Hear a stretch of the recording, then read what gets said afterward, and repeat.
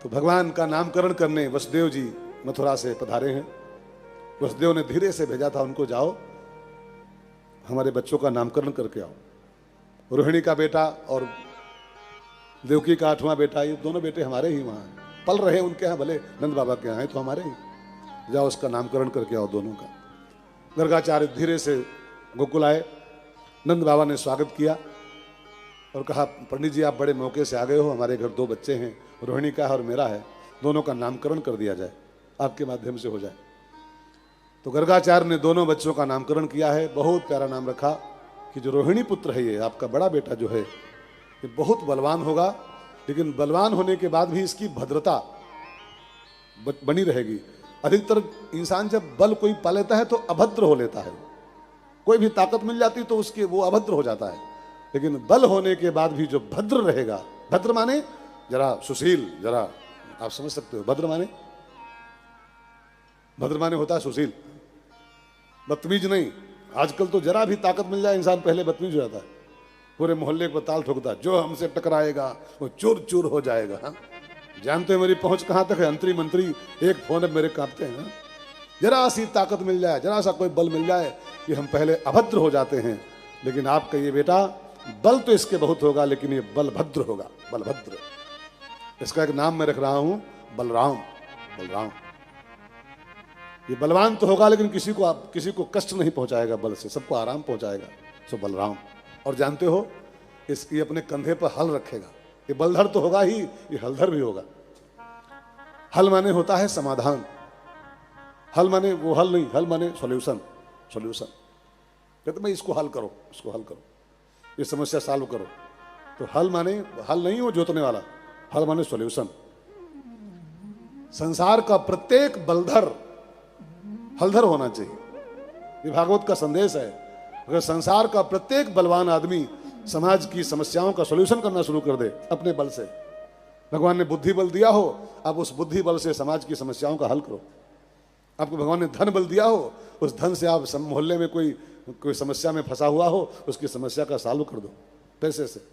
किसी की गरीब बेटी की शादी हो रही हो और 10,000 रुपये में शादी रुकी पड़ी हो, समस्या हो, भगवान ने आपको दे रखा है धन बल।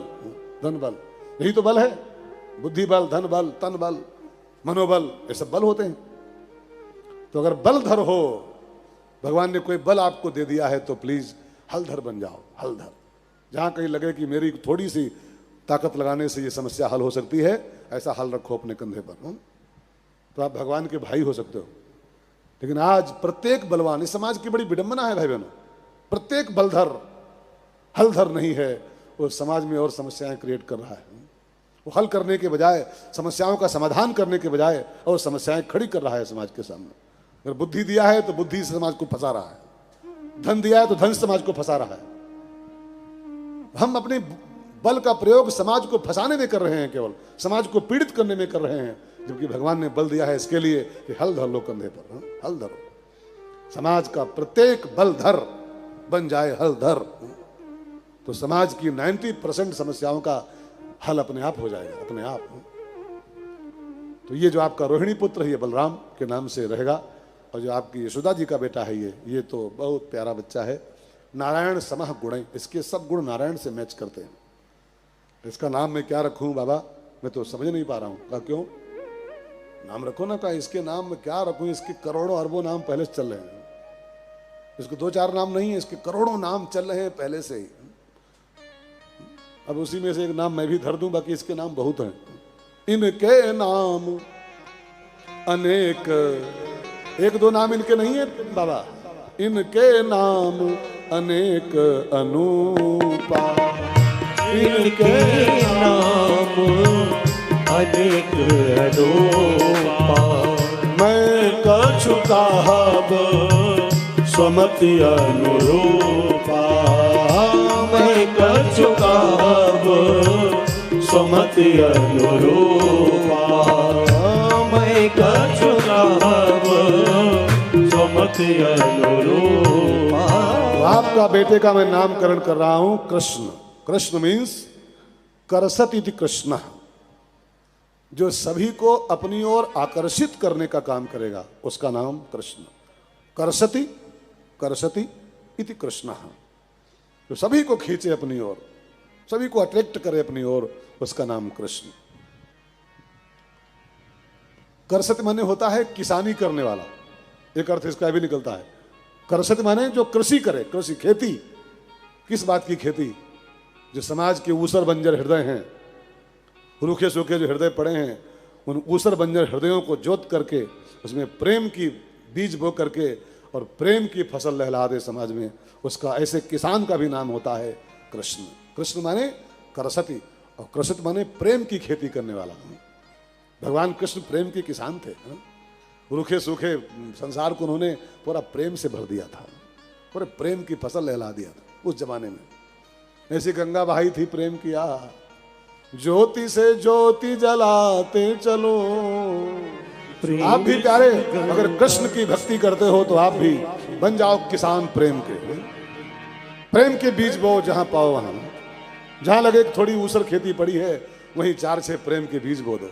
ज्योति से ज्योति जलाते चलो, प्रेम की गंगा बहाते चलो, प्रेम की गंगा बहाते चलो।